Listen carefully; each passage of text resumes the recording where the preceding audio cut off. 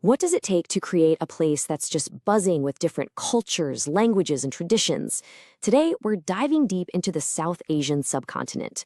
For thousands of years, this region has been like a powerful magnet, pulling in people from all over. We're going to find out exactly what made it one of history's great melting pots.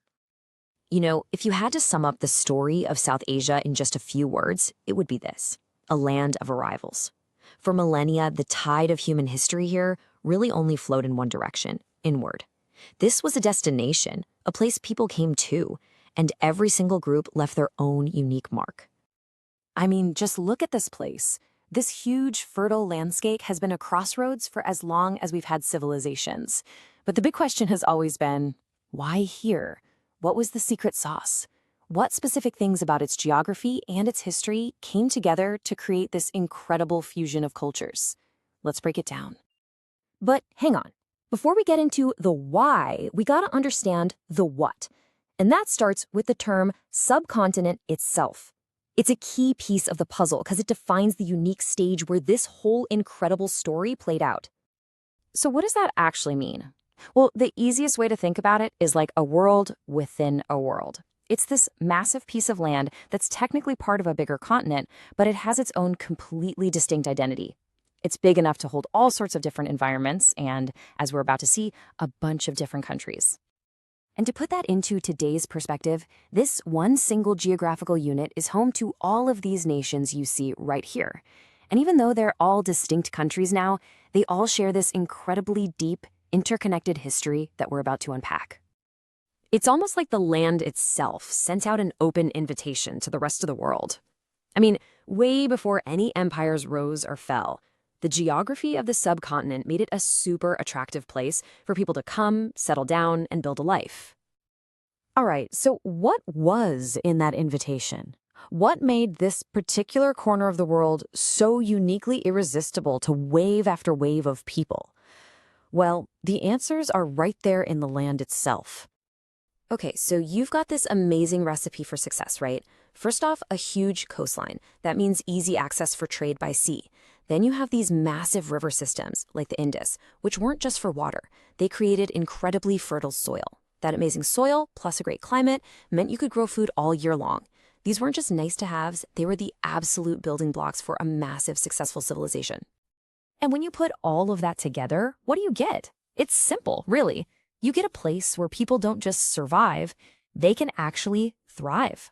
All that natural wealth created a region that could support huge populations, and it basically turned into this powerful center of gravity, pulling people in from all around. So the stage is set, the land is inviting, and now the actors start to show up on the scene. What you get is this long, complicated timeline of encounters, where different groups met, sometimes they clashed, but ultimately they mixed together, creating something totally new. Now, real quick, as we jump into this timeline, you're going to see the letters BCE and CE. Don't worry, it's super simple. It just means before the Common Era and Common Era. It's just a way for all of us to track this ancient timeline from the same starting point.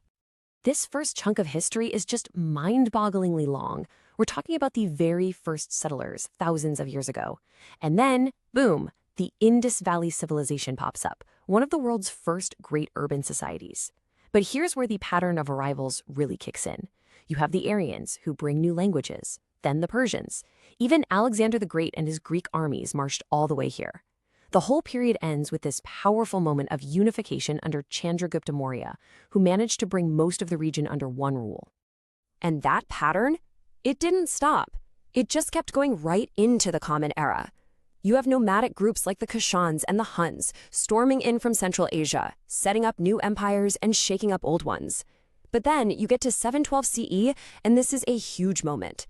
The arrival of Muhammad bin Qasim's forces introduces Muslim rule to the subcontinent, adding another deep and lasting layer to its identity.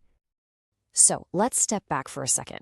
You've got this incredible, irresistible land, and you've got this non-stop parade of people arriving for thousands of years. What happens when you mix those two things together? You get the perfect conditions for a melting pot. And melting pot is one of those terms we hear a lot, but what does it really mean in this context? It's exactly what it sounds like. It's an environment where all these different ingredients, different people, different ideas, different cultures get mixed together to create something totally new, but that still has traces of everything that went into it. That's the story here. And this really gets to the heart of the whole thing. Every single group that came here, whether they were settlers or invaders or traders, they didn't just bring their belongings. They brought their entire world with them, their religions, their languages, their food, their art. And the constant mixing of all these traditions over thousands of years is what created the incredible diversity we see in the region today. Okay, so that's the history. But why should we care about all this today? What's the big deal? Well, it's everything. You just can't understand the present without knowing this past. This story explains how modern nations came to be, where deep-rooted cultural traditions come from, and it teaches us a really powerful lesson. Our future is almost always shaped by how we deal with our history of interaction. Which leaves us with one last, really big question to chew on. We know this history of constant mixing absolutely shaped South Asia's past. But in our world today, which is more connected than ever, the real question is, how is that ancient legacy, that identity as a great melting pot, going to continue to shape its future?